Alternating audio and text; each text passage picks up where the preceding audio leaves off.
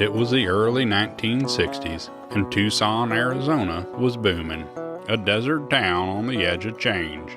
New subdivisions crept across the desert like tumbleweed in a hurry.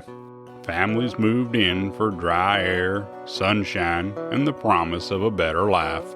It was a postcard-perfect place, and Speedway Boulevard was lined with bored teenagers looking for trouble. And engines rumbled under the hoods of newly released Ford Mustangs, while radios crackled with the sound of the Beatles and the Beach Boys. The air smelled like gasoline, Aquanet, and possibility. But beneath the surface, something dark was festering. Parents were busy chasing prosperity, and their kids were chasing something else entirely. Freedom, thrills, and danger. Tucson's rapid growth had left it stretched thin. Police departments were underfunded and schools were overcrowded. Life magazine would later call Tucson a desert wasteland for lost youth, a place where restless teens partied, raced cars, and fell under the sway of anyone who offered excitement. While the world was mourning the loss of President John F. Kennedy, while students across America protested the escalating war in Vietnam, a very different story was unfolding in the Sonoran Desert. Into that restless, sun-dried world stepped Charles Schmid, charismatic, strange, manipulative, and for far too long invisible to the adults who should have seen the monster hiding in plain sight. I'm Darlene. And I'm Melody. This is Hard Times and True Crimes. So we are celebrating our 100th episode. Ooh, I cannot believe it. I cannot believe it either, but it is exciting. Yes, what a milestone. In celebration of that, we did a giveaway. We thank everybody for all of their entries and your shares and your likes. That was awesome. And Darlene, you want to tell us who won? Yes, drum roll. Berta Jackson. Congratulations. Yay, Berta. You are the winner of our giveaway. Yes. And so we will message you privately to get your address, and we will get that shipped out to you. Yes. Congratulations. Yes. Okay. So are you ready for your trivia question, Darlene? Yes, definitely. Okay. Which infamous unsolved case from the 1940s involved the brutal murder of a young woman in Los Angeles whose body was found severed at the waist and posed in a vacant lot, sparking decades of speculation and theories? The Black Dahlia. That is correct. That was such a terrible, spooky case. Yes. Just the pictures of her. Oh, yeah. It's very spooky. That's a good way to put it. Yeah, spooky. Mm-hmm. It really was. So, can I tell you about what I've been doing? Yes. But I have been doing the Asheboro Citizens Academy with the Asheboro Police Department, and it has completely blown me away. Nice. Yes, let me just say we are in good hands. Oh, yes. We've had a chance to meet with our district attorney and Judge Hill. Do you know Judge Hill? I know of him. Oh, he's wonderful, the sweetest. And then, of course, his wife is the clerk of courts. Yes, Pam. Yes. Yes. And we got to meet with 3 of our detectives last night, like our crime scene detectives, which was super cool. They let us lift fingerprints. Oh, that our is own cool. fingerprints, dust for them. And then it was super cool. I want to do it. I'm envious. You really need to do it. And we learned so many, I don't know. I learned a lot about the justice system and the red tape that they have to go through to, for each and every case, and just how difficult it can be to go through just the different channels to get a conviction, and the work. I mean, the countless hours that goes into these investigations. And I don't know, I just feel like I have a whole new respect for law enforcement. I've always respected them, but I really respect ours. Nice. Yeah. My brother-in-law is a retired police officer from Asheboro, and So yeah, we have a good force there. We really do. So we even got to work on a mock crime scene last night. I want to do this. How do I get to do this? You have got to sign up for it. They're going to do one in the fall. Okay. And I told them, I was like, Melody's going to do the next one. Oh, yes. I will be doing the next one. You're going to love it. It's really cool. So, and actually in the next few weeks, probably in June, I want to do a case that features our department. Okay, nice. Yeah. So you already have one picked out then? They are actually going to help me pick one out. So that is exciting. Yeah. Okay. With that, we will jump in and get started. So I'm getting ready to take a trip out west to the Grand Canyon. Oh, I'm so excited for you. I'm excited about it. So I got us a case from Arizona. Cool. So that's what I'm going to bring for you this week. And then my next episode also will be featured from that area. Okay, awesome. I don't know if you've heard of this one. It's pretty well known. So I feel like you probably have heard of it. Okay. But anyway, here we go. On an arid May evening in the desert town of Tucson, Arizona, in 1964, Norma Rowe prepared to leave for her night shift as a nurse at the Tucson Medical Center. Her 15-year-old daughter, Alleen, had already turned in for the night. It was around 9:30 p.m. when Alleen had gone to bed. The 5'4", 120-pound blonde had been nicknamed Texas by her friends since she hailed from the Lone Star State. Norma had just recently moved with her kids to Tucson within the past year after a recent divorce. Norma made sure the kids were in bed, and then she left for work, just like she did every night. The next morning, when Norma returned home from work, Alleen, a sophomore at Palo Verde High, had already left for school, so she didn't see her that morning. That afternoon, a school official was contacted by Norma because Alleen had not come home, and she was told actually Alleen had not shown up for school that morning. Mm-hmm. Norma told police that her daughter did sometimes take walks out in the desert by herself, and she liked to collect unusual stones, and she just loved the feeling of the hot sun on her skin. And so, they were thinking maybe she just played hooky and she's going out on her own for the day. Yeah. But they did commence searching for her. Police wondered if maybe if Alleen could have run away. And her mother adamantly denied that. She said no, she would not have run away. She didn't even have a reason to. They had not had any big disagreements, and she hadn't taken any luggage or personal belongings. And I'm sorry, what year was this again? 1964. Okay. In May. Okay. It just seemed she literally had vanished into thin air. And all the leads were followed, and each one came up short. Mm. A month after her disappearance, officials prepared to send out a flyer that may garner some clues about her whereabouts. And her mother told officers then that she feared her daughter was dead. It was a real-life missing without a trace. Mm-hmm. After several months with no trace of the high school sophomore, and they had gotten some leads, over 100 then, but none had panned out, and the police were still no closer to finding out where Alleen was. Her father, who still lived in Texas, he had called Norma, her mom, and told her that he had had a dream that Alleen had been murdered. Oh, my gosh. Yeah. 15 months later, and still no one had been apprehended for her disappearance, and 2 other Tucson teens went missing. On August 16, 1965, Gretchen Fritz, age 17, had taken her 13-year-old sister, Wendy, to the drive-in movie, and the 2 girls never returned home. They were reported missing, and again, just as with Alleen, there was suspicion that the 2 were runaways. Some leads even came in claiming to have spotted the girls in Mexico, but nobody was able to locate them there. And then authorities got a call from a young man, and he said he knew where they were and what had happened to them and who had done something to them. Oh, my gosh.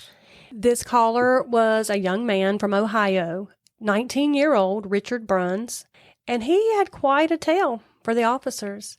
In exchange for a promise that he would be protected, Richard told officers that the girls' bodies could be found in a desert area north of the city. He claimed they had been killed by 23-year-old Charles Schmid, the ex-boyfriend of Gretchen Fritz, the 17-year-old that was missing. The first girl. No, the oldest sister of the pair. Okay. But he had killed them all three. Richard did tell the officers that Charles was also responsible for the death of Alleen Rowe. Okay. True to his word, Richard did take officers to that area where the girls' bodies had been dumped, and there officers found the skeletal remains of the Fritz sisters. Gosh, that's terrible. But Alleen nor her body had turned up. So the Charles Schmid, who was the one that Richard had fingered for the crime, let's just talk about him a little bit. I'll give you his background. Okay. On July 8th, 1942, a baby boy was born to an unwed mother in Arizona. The very next day, he was adopted by a somewhat wealthy couple named Charles and Catherine Schmid. They named their new baby Charles Howard Schmid Jr. after his adoptive father. The couple owned and operated Hildreth Nursing Home in Tucson, and this baby would be their only child. Charles was a sweet boy, polite, sometimes mischievous, as young boys tend to be. Yes. As a boy of 8 or 9, he and his friends, they hunted birds and squirrels and rabbits, and he was a smart kid, but you wouldn't know that necessarily by his grades. His teachers felt that his bad grades weren't really indicative of his IQ, but rather more from boredom, which is the plight of many young boys in school. And Charles grew up, he was also athletic. And by the time he was in high school, he was on the gymnastics team. In fact, he was so skilled at gymnastics that he led his high school gymnastics team to the state championship one year. So it was surprising that suddenly, in his senior year of high school, he just quit the team. And then shortly before his graduation, he was caught stealing tools from shop class, and he was suspended from school. And although he could have returned to school after that suspension, he made no effort to do that, and he never finished his senior year. He didn't graduate. Wow. Okay. And what a shame to be that close to graduation. Seriously. And give that up. However, Charles did not stray far from the school. He liked to hang out near the high school. There were diners in the vicinity, and he would hit on the high school girls. Oh, God. One of those. Yep. And those high school girls, they found Charles exciting. He was a high school dropout. He was a little older than them. He was a bad boy. He was a bad boy. And he was a little bit eccentric, but they liked that. It kind of fit that mold. Okay. You know, that was a draw for many young women back then, just like it is today. Right. That bad boy image. Yes. Mysterious. Mm-hmm. Years later, Charles would claim that his father had been hard on him growing up. He said they argued a lot, and he alleged that his father would give him beatings for no apparent reason. But there is no evidence to back that up. Okay. And if anything, the evidence points to him being overly indulged as an only child who was adopted. Honestly, I think that is worse on a child sometimes than the opposite, which, I mean, not worse than abuse, but you know what I mean. Right. It can create worse effects. Yes. It can make them feel like they're the most important humans on the planet, and they behave that way. Yeah. Well, you have an excellent intuition there. Okay. So, for instance, as a teen, even though Charles was no longer in school, I mean, he was a dropout and he didn't have a job, he was allowed to live in a cottage on his parents' property. Reports said that he was given $300 a month allowance to live on, which in today's money would be around $2,500 to $3,000 a month. Oh my gosh. So he was given that plus a car and a motorcycle. Yeah, he was spoiled. He was not abused. And his mother would bring him meals. Of course she would. Yeah. For most of that time, he didn't hold a job, and why would he? Right. Yeah. With that living arrangement, I mean, hey, I wouldn't either. Mm-hmm. And he had some living to do. He didn't want to spend his time working. He wanted to hang out on Speedway Boulevard in Tucson. That was like the main strip where you would cruise and drink beer and hang out and hit on women, or in his case, high school girls. The street he hung out on, Speedway Boulevard, was actually once titled the ugliest street in America. But it was a great hangout for teenagers. So to his friends, Charles was known as Smitty. That was his nickname. He was on the shorter side. He was just 5'3" tall. But He probably had a lot to prove. yeah. Well, when he patted his cowboy boots with rags and smashed in tin cans, he was almost 5'6". Oh my gosh. He had this charismatic personality, and it was like this magnet to the ladies. He was very handsome, but he dyed his reddish brown hair jet black. He had these smoldering eyes, and I will show you a picture of him later. I was going to say, I really want to see Schmitty. Yeah. And he had this full pouty bottom lip that reminded people of Elvis. And Smitty loved being compared to Elvis. In fact, some people said that he would attach a clothespin to the bottom lip to make it droop a little bit more like Elvis. Oh my gosh. And he would sing Elvis love songs to these girls, and they ate that up. He just had this swagger about him. Right. As I was reading and researching, I was picturing Fonzie. Yes. Yes. Fonzie was a little on the shorter side, but he had that swagger. You know how Fonzie could just come in and he would have a girl on each arm and he would snap his fingers and they would just flock to him? Well, in real life, that is how it was for Smitty. Okay. He was a bit of a braggart. He actually bragged about his sexual ability and how many women he could get. And, I mean, the girls just ate it up. The young girls, though, probably the girls his age weren't so keen on him. Probably, if the adult women. Right. Because by now he's in his 20s. Yeah. And it sounds like he's still acting like a teenager. Yes. But as charming as he was also known to have this mean side and a reputation for using women, which, no surprise there. Right. The rumor was that some women would bleach their hair to try and look like his ideal woman simply because he told them to. Oh my gosh. There's this rumor that he had this sex club, and the women could only be in it if they looked like his kind of girl, which was extremely skinny and very blonde. And if they weren't naturally blonde, they had to dye their hair, and he would do that for them. Okay. Yeah. One lady said he was good at it. He could have been a hairstylist. That is crazy. Yeah. And true to his bad boy image, he had a couple of run-ins with the law. One time he spent a night in jail for creating an unlawful diversion. Not sure what that was. And another time he was detained on suspicion of robbery. But nothing his mama couldn't get him out of. Right. Of course not. So in 1963, when Smitty was 21, he began a fling with 18-year-old Mary French. Soon after they began seeing one another, he told his parents they had run off and got married. It wasn't true, but that lie made it so that his parents would allow her to live in the cottage with him. Now, Mary was also a high school dropout, so his parents gave her a job at their nursing home. Now, not that Smitty's working, but she got a job. And almost all of her earnings were turned over to Charles when she got paid, at his demand. Oh my gosh. It was also around this time, when he was around 21, that he decided to find his birth mother. And this is what he says. He says that his birth mother told him she hadn't wanted him then, and she didn't want him now, and not to come back.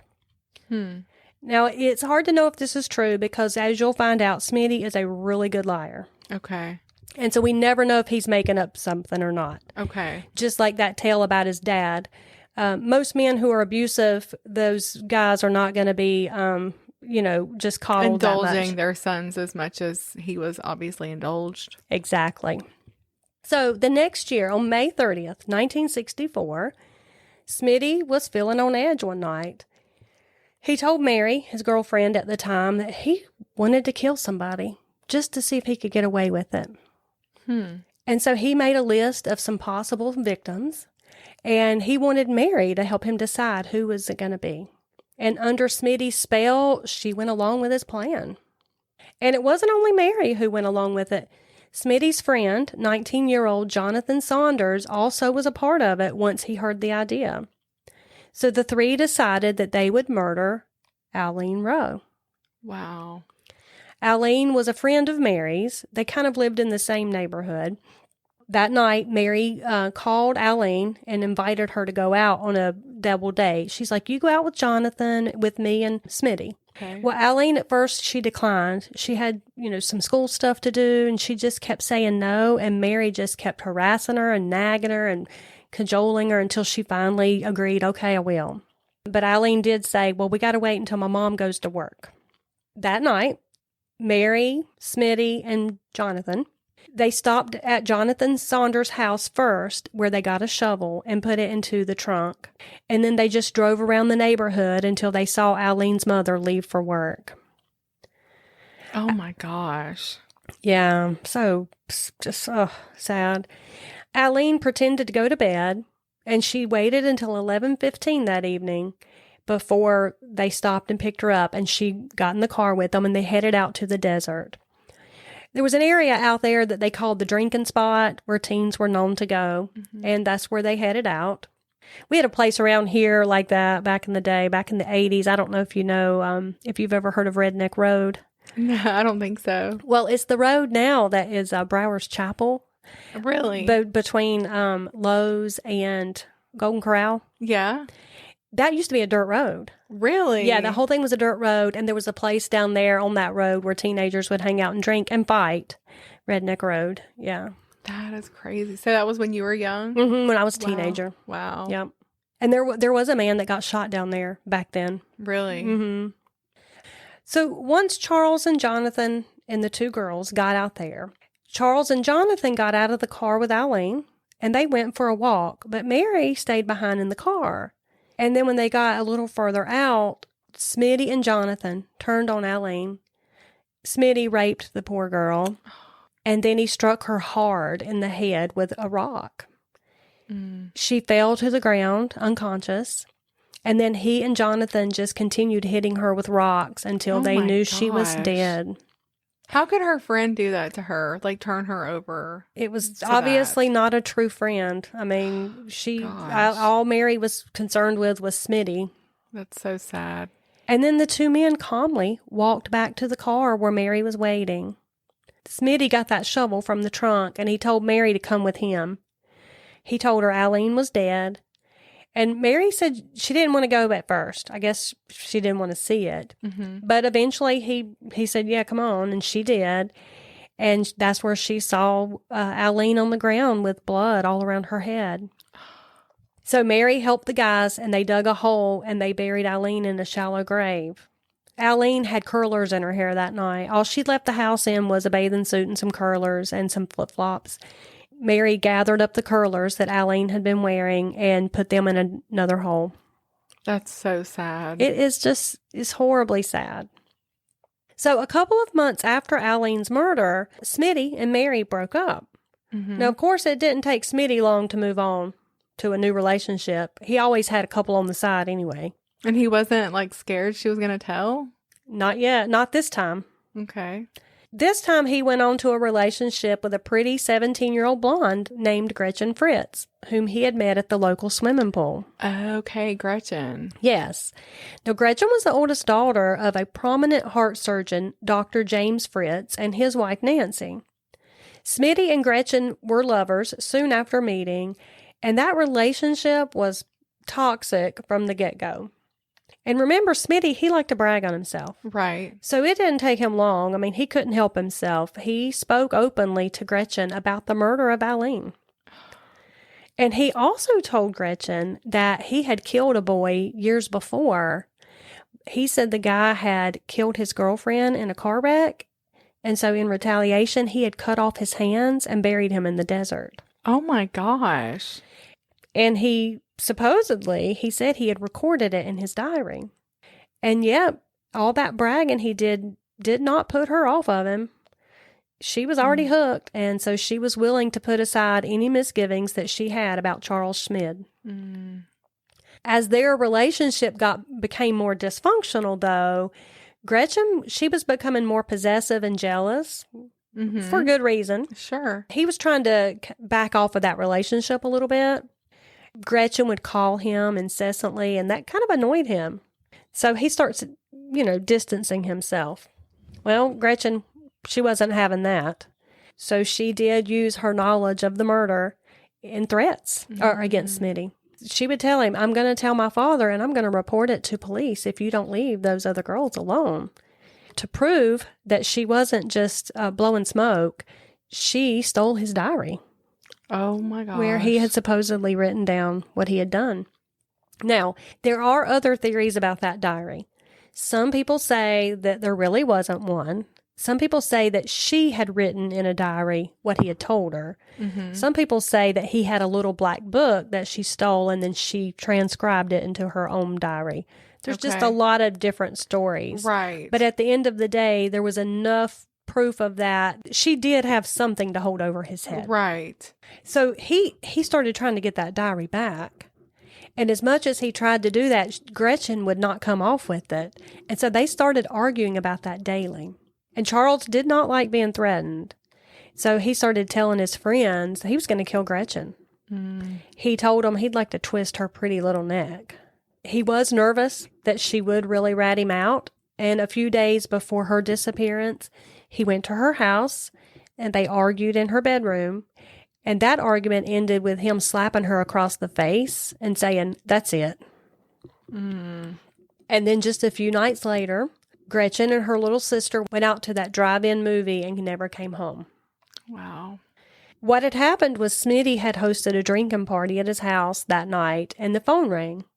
Smitty's friend, Paul Ginn, answered, and he said, "Hey, it's Gretchen." And she says if you don't come to the phone, she's threatening to tell her father. So Smitty reportedly said he was going to get her if that was the last thing he did. Shortly after that, he and Paul left the party with a briefcase in hand. And when they returned to the house the next morning, one party guest was still there. And she later testified that the two men had returned sweaty, covered with dust, and they appeared nervous. And she said Smitty had told her they had gotten a fight at the Flamingo Hotel. The next day, he told her, "Oh, Gretchen has run away. Now I can see anybody I want to." About a week after the girl's disappearance, though, Gretchen's car was found just 5 blocks from Smitty's house. So if she had run away, she had left her car behind and gone on foot. Right. Smitty couldn't keep his mouth shut, though. He had already told his friend, Richard Bruns, that he had murdered the girls at his house and dumped their bodies off of Pennatok Road in the desert of North Tucson. Now, whether Richard believed him or not, at the time, he found it true when Charles actually took him out there to where he had left the bodies, just laying out. And so the two of them decided they probably should bury him. And when that was done, then Charles took Richard to where Alleen had been killed. And once again, bragging about his ability to get away with murder. Gosh. In those early days of the Fritz girls' disappearance, Smitty was questioned, but he denied his involvement, and they didn't have anything to hold him Right. with. But he made no effort to deny it to his followers and his admirers. He relished that attention, and most of his friend group knew he was guilty of all 3 of those murders. And it speaks volumes that all these people supposedly knew, and yet none had turned them in. I know, that's crazy. Time magazine actually did a piece on him at the time, and they said there were around 30 people in all who knew he had killed those women. Golly. And so that's how taken they were with Smitty, or fearful. Yeah. And it was while he was riding high, knowing he had gotten away with murder, that he met another young high school girl, Diane Lynch. Now, Diane had moved to Arizona from Iowa, and when she was entering high school in 1965, the school was adjacent to a little hamburger stand.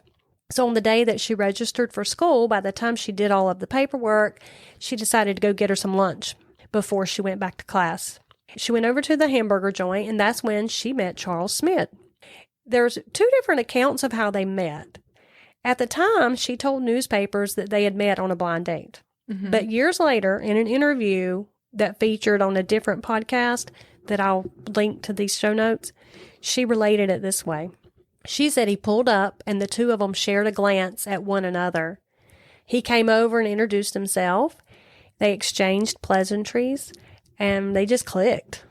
She got in his car with him. They went cruising, and Diane never went back to class. She dropped out of high school. She never even went. Wow. She was with Schmid. That was all it took. Just like the teen girls before her had been taken with him. Mm-hmm. And she described him. She said he was kind, a gentleman. She said he opened the door for her. He pulled out chairs for her. He was just a good, nice man. Okay. And he was handsome as all get out. And he was handsome. She did notice his eccentric... What's the word? Eccentric. Eccentricities. Okay. Eccentricity. His odd behaviors. Yes. She said he put on pale lipstick on his lips to make his lips look white, or like a lot of chapstick so thick that has made his lips look white. And there was this strange beauty mark on his face that just got bigger and bigger.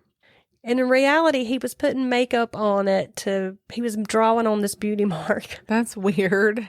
Yeah. I did a beauty mark when I was like 13 and 14. I did a little bit because I actually have a mole right here, and I would just darken it a little bit with my eyebrow pencil. That's so funny. Yeah. His got bigger and bigger. Okay. He just wanted it more and more noticed. And not only that, but he was known to wear this like fake bandage on his nose, claiming he had broken it in a fight. What a weirdo. He did that at various times. So Okay. So after several weeks of seeing one another, Schmid suggested that he wanted to go down to the pawn shop and look at guitars. And while they were browsing in the pawn shop, he came over to Diane and he dropped to one knee and he proposed. She didn't hesitate to say yes. So he told her, well, go pick out us a set of rings for both of us. And then just a few weeks later, they got married. Now, they had to go to Mexico because she was only 15. Oh my gosh. And he was 22. Okay. He is a perv. Yeah. Oh, and note, he was wearing his nose bandage when they got married. And things were great. She described things between them as great. Okay. Now, she did say after 1 week of being married, there was one weird incident. She said she woke up one night and he was sitting on the bed, stark naked, mumbling something about God's going to punish us for what we done. And that was all he said. And she didn't have any idea what it meant. Okay. And apparently that didn't scare her or spook her at all. I feel like that would have been a deterrent for me. I think so too. So on November 10th, 1965, Charles came in from the garden. He had been outside planting, and he told Diane, he said, I think we're being watched. She wasn't quite sure yet, like, is this just another one of your eccentric behaviors? Yeah. That's kind of weird, or is there something to it? She did think it was strange, but not after there was a knock at the door, and she looked, and there were 2 police officers out there, and they were there to arrest Charles Schmid. Diane watched her new husband of only 3 weeks be arrested for the murder of the 2 Fritz sisters. But she later told authorities, if he had done it, I would have known. He's been at my house night and day since August 18th. But she admitted also in that interview that I listened to, she said, even if he had done it, she knew then she was going to stay with him, whether he did it or not. Oh my gosh. Can you imagine? No, I can't. Like, what? What? I don't know. Well, if you'll recall at the beginning of this story, I told you that the police had been tipped off by Richard Bruns. Bruns was one of Schmid's best friends. But what had caused Schmid's best friend to rat him out? Richard Brun apparently had been visiting his grandmother in Ohio when something had just come over him. He said it was a guilty conscience, but other people said he was just drunk. His grandmother thought it might be fear for his own life. Whatever it was, he decided he had to tell the authorities what he knew. So once he called them, there was no going back. And that's why he asked for protection in exchange for telling them where the girls were. So they went to Ohio, they got him, and they brought him back. And he took them to that location where they found the Fritz sisters' bodies. This is a little graphic here, but when the girls' skeletal remains were found, they were too decomposed to be able to determine the cause of death. Wow. However, an electric guitar cord was found beneath Gretchen's jawbone, and according to witnesses, it fit a guitar owned by Schmid. Officials believe that the girls had been strangled with that cord. Oh my gosh. Yeah. I'm just like, oh, how heartless. Yes. So, especially, I mean, all of it, but especially the little sister. yeah, because she was just happened to be there. Right. Yeah.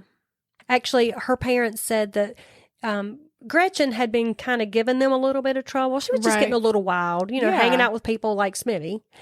And so they would send Wendy with her on dates kind of like as a chaperone. So you can only imagine that this was just horrible for them in so many ways. They probably felt a lot of guilt. I'm sure, yeah. So, of course, Charles was charged with their murders.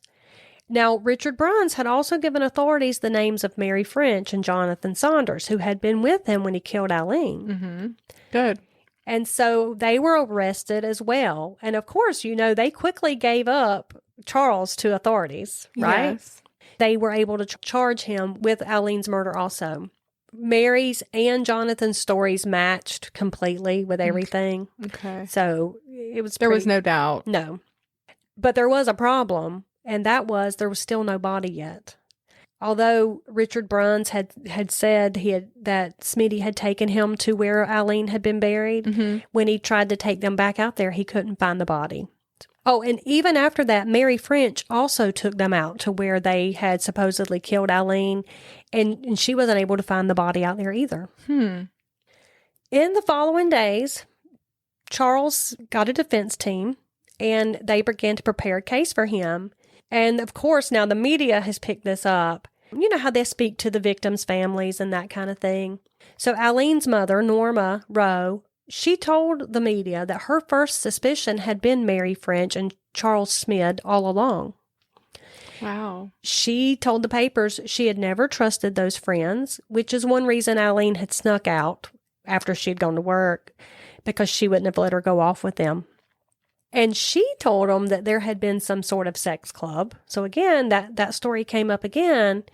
And she said her daughter had refused to join, and that's why they probably killed her. She felt the police did not take her claims seriously about that, and they didn't follow up on it. And nothing was ever proven. That's one of those things that was just talked about, but nobody knows if there really was one. Right. But I think if you have enough people talking about it, there may be something to it. But that's not why they killed her. Literally, he said why he killed her. At that time, Mary and Charles had been questioned when she went missing. But since nothing had come of it, I mean, it was just one of those leads that turned into nothing. Gretchen's parents told the media that they also had immediately pointed to Smitty in the disappearance of their daughters. Now, they had more resources at their disposal than Alleen's single mother did, because her dad's a heart surgeon, right? Sure. Even though the police didn't do anything really about what they thought, Dr. Fritz hired a private detective named William Heilig to help search for his daughter before they knew that she was deceased. He said that Gretchen's father had hired these Tucson underworld figures, kind of like this mafia type thing, to search for the girl's whereabouts. And they went to Charles Schmid and they said, "Where is she?" And he told them, "Well, I think she ran off to California." Well, Smitty's mother, Catherine Schmid, she backed that up. She said that just a couple of months earlier, in September, these mystery men had actually forced her son Smitty to go to San Diego under the threat of, or else. Oh, wow. Now, that didn't produce any evidence that the girls had been there, because we know now, obviously, that they weren't. But Smitty, who had to keep this facade going that he was trying to hunt for him, he was out on the beach asking girls, had they seen these women, and he was impersonating an FBI officer. Oh, my gosh. So he got himself arrested for that. Oh, my gosh. Yeah, but his mom came and got him, of course. Police in San Diego, even though they had arrested him for that, they knew that he was a suspect in the Fritz girls' disappearance. They didn't have anything else to hold him on, so he was able to return to Tucson. But they did say they called the Tucson officers and told them what they knew about Charles Schmid. Nothing came from the Tucson side on that. The Tucson police, they took it didn't look good on their part. Okay. Now, they said, "Oh, no, San Diego police officers didn't call us." But San Diego police said they did. Right. And Gretchen's mother said that she told them, and Alleen's mother said that she told them. So, yeah. Probably What really led Richie Bruns to ratting out his friend Smitty, though, was he started dating this girl named Darlene. Oh, okay. Darlene Kirk. Sounds like a cool girl. She was a cast off of Smitty. It was like one of his leftovers that Richie was dating. Okay. And he got it in his head that she was Smitty's next target. I don't know if Smitty threatened that or what. Okay. But so he's trying to protect her from Smitty. And so he starts sitting outside of her house, watching out for her. Well, that's nice of him. It was nice, but since people didn't know what was going on, it just looked creepy. Yeah. He looked like a stalker. And even Darlene's father came out one night and chased him off with like an air rifle. Oh, gosh. Because they think he's the creeper. Right. That's probably what really led to him to turn Smitty in, because he was worried he was coming for Darlene. Did Darlene know about the murders? I'm not sure. Okay. I didn't see. I wonder if she knew, like, why he was doing that. I don't know. That's a good question. I didn't see anything about it, but that is I wonder too now. This case is making international headlines now that Smitty has been arrested. Charles Schmid was the first Tucson serial killer. Life magazine covered it in a 16-page spread, and that's where he got the moniker the Pied Piper of Tucson. Does that sound familiar? Kind of. I'm going to look him up. And of course, now that he's been arrested, he needs somebody to pay for his attorney. Okay. Oh, well, probably mom and dad. Yeah, dear old mom. But his mother, who now was divorced from his adoptive father, and she's remarried, but just prior to him being arrested, she had lost $300,000 in a personal bankruptcy. So she didn't really have the means to foot the bill for her son, the way she always had. So now she was trying to raise money for his defense. And of course, she was in his corner. She didn't believe he did it. She was not. Totally shocked at the allegations against her son, and she did not believe them for a minute. But the day came when Charles finally did get his day in court. So on February 15th, 1966, Charles' trial began in Pima County, Arizona, for the murders of Gretchen and Wendy Fritz.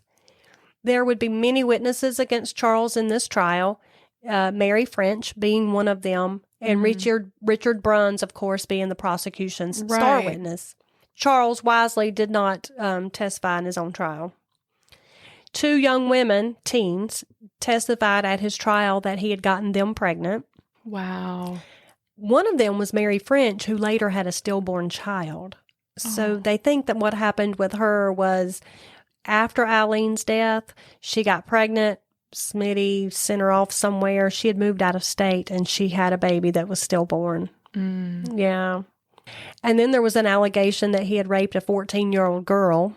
Oh, my gosh. What a creeper. Creeper all the way through. And the only witnesses in his defense were just a few teen girls still taken with him, and a few of his family members, including, of course, his wife, Diane, who was now 16 years old. Gosh, that's crazy. In the final argument from the prosecution, this is a quote, and it's so true. They said, "There's nothing in this case we as human beings can sympathize with or understand. It shows only a cruel indifference to human life and an I don't care attitude. Yeah. No mercy was shown to the victims, and no mercy should be shown to the defendant. He has forfeited his right to walk among us." Yeah. Well said. Yep. On March 1st, 1966, the jury began deliberations. They could only consider first-degree murder or acquittal. That was their only 2 options. The jury was out for around 2 hours, but later when they came in, they did state that their verdict only took them 30 minutes. They filed back into the courtroom. Charles Schmid was told to stand, and then he was declared guilty. Oh, thank goodness. I was so nervous you were going to say not guilty. Guilty in both murders of Wendy and Gretchen Fritz. I'm so glad. I know. I mean, it would have been an injustice if he had not been found guilty. The courtroom was in such a chaos that when that was announced, that no one later on could remember which verdict was read first, the one against Gretchen or her younger sister. Because Schmidt's wife, Diane, she broke out into loud sobs. He actually turned around in his chair and waved to her to be silent. Later on in the hallway, as photographers were kind of jockeying to try to get a picture, a family friend of his mother's was trying to console her, and she shouted at the press, "You're a bunch of vultures. You got what you wanted. Now go." Oh my gosh. Like, Yeah, it's their fault. Yeah. That he's a horrible murderer. Yes, exactly. 10 days later, on March 11th, Charles Schmid was sentenced to death in the gas chamber. Now, of course, he's going to appeal that. Oh, yeah.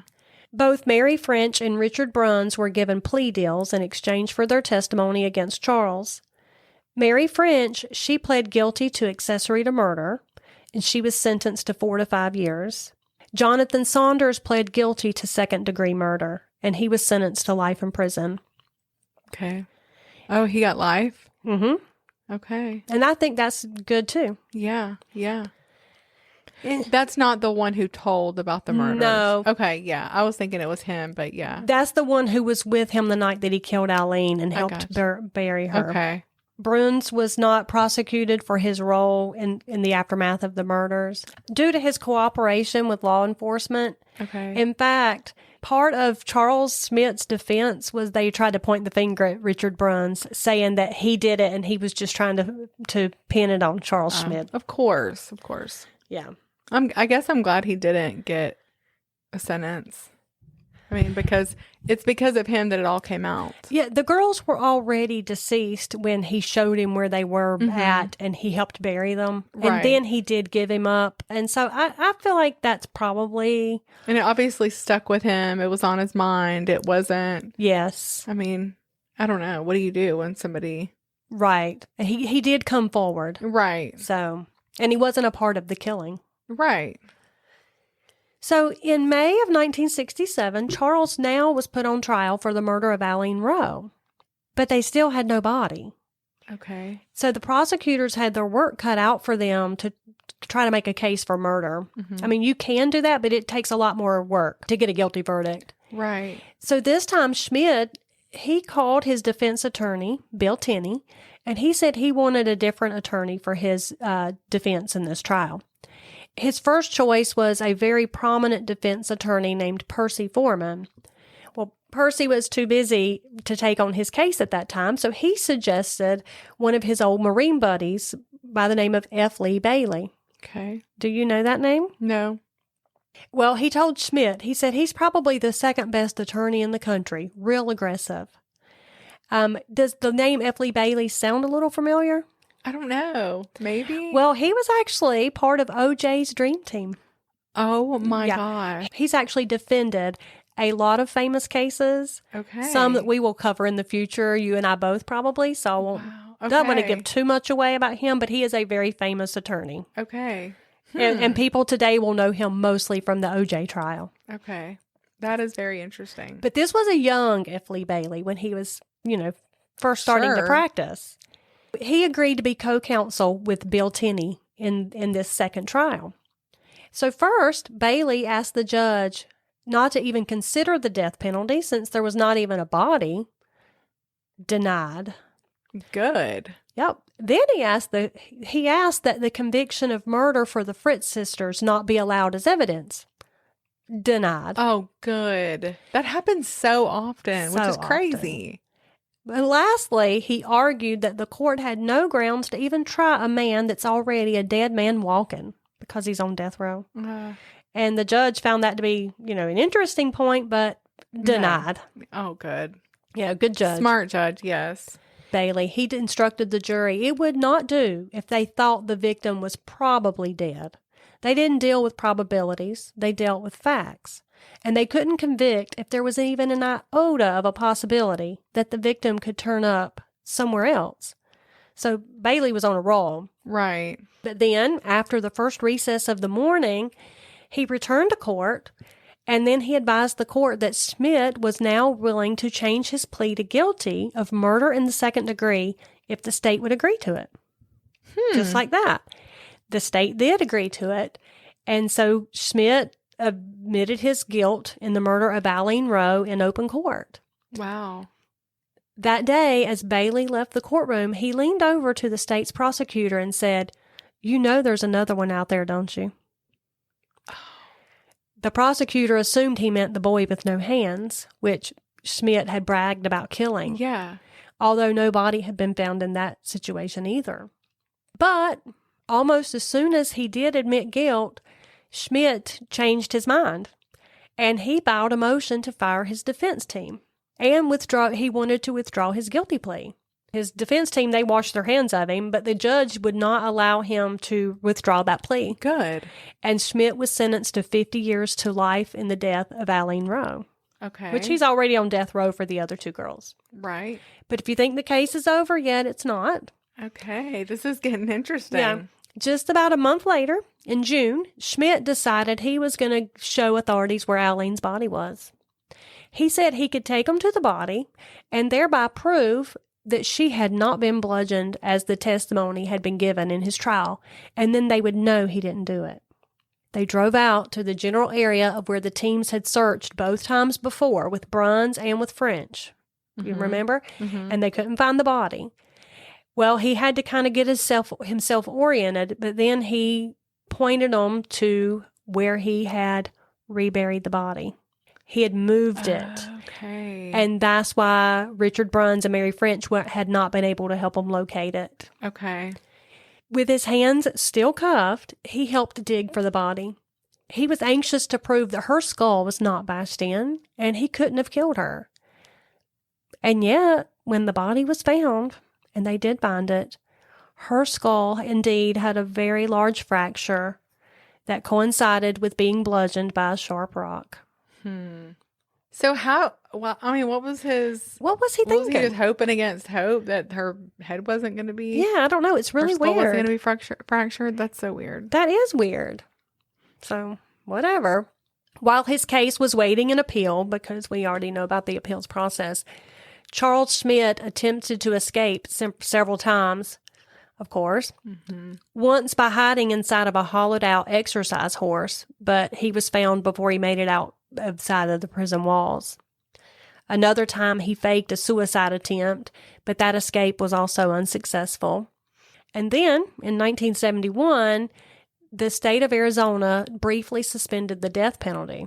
So that meant he was not going to face the gas chamber. He would be facing a 50-year sentence. Oh, gosh. Which he was not content to serve. So he managed to escape in 1972. And he was out for 3 whole days before he was recognized by a schoolmate and turned back in. Oh, good. Yeah.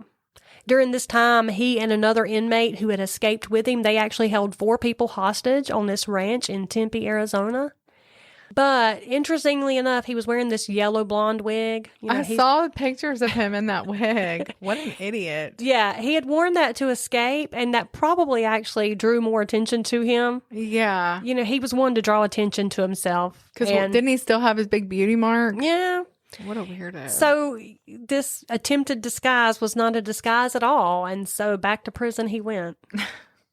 Also, while there, he changed his name to Paul David Ashley. Okay. And tried his hand at poetry and writing music. Interesting. There's actually a murder ballad called Ladies in Love, using some of his own writings that were published. It takes his lyrics and it takes the name of the song is from a poem that he wrote of the same name called Ladies in Love. I'll link it in the show notes, but you got to listen to it. It's somebody else took it and put it to music, and the music is a little weird and creepy anyway, but the lyrics that came from his poem, just so misogynistic and I'm sure. weird. Yeah. Okay. And you know how he was. He thought he was so superior to the other inmates, and he strutted about that prison like a rooster, completely unaware that nobody else is impressed with you but you. Right.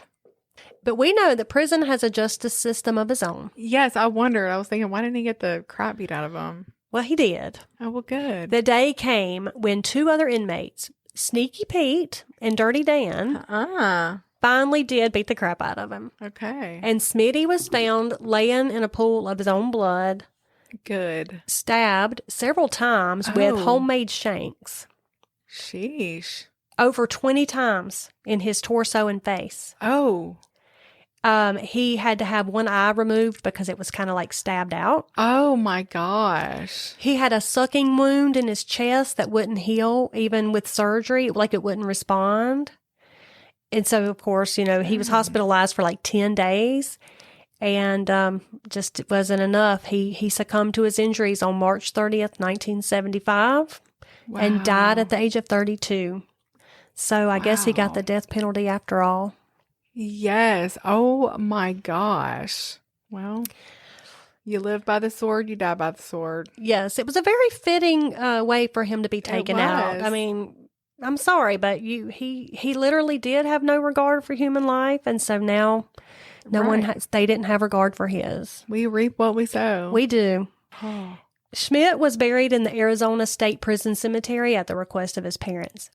Now, his widow, Diane, who was, 16 when he was sentenced, she believed that it was a mafia hit that took him out in prison, ordered by Dr. Fritz, the father of the two murdered girls. She alleges that the heart surgeon was the doctor of crime boss Joe Bonanno. Now, Bonanno had retired in Tucson not long before. Mm-hmm. And Diane said 5 different people told her that Bonanno had put out the hit on Smitty. She didn't go as far as to say that Dr. Fritz had paid Bonanno to order the hit, but she did allege they knew each other. She said he was a patient of his. And, of course, we do know that story about the underworld thugs that he hired to question Smitty in the early days, and that actually was true. That did happen. I mean, I can see it. I could see it, too. Now, the Fritz family, of course, deny any such allegations. They do admit, though, that Bonanno was a patient of Dr. Fritz. They admit that. Mm. But they said they didn't have anything to do with it. Okay. The only thing that makes that believable to me is this other account. There's one other person who denies that that's what happened. This is an English professor named Richard Shelton. Okay. And he had befriended Schmid over the years while he was in prison because Schmid had taken his poetry and sent it to him and asked him to critique it. And they kind of became these, friends. Pen pals or whatever. Yeah. Okay. And so he actually says that in reality, Schmid was part of the Aryan Brotherhood and that they actually stopped trusting him and they're the ones that had him killed in prison. Wow. I think either of those two are very likely. Oh, yeah. I mean, it could have been a mafia hit. It could have been an Aryan Brotherhood hit. Yeah. But either way, those were some hard times. Yes, they were. Yes, they were. Oh, that is crazy.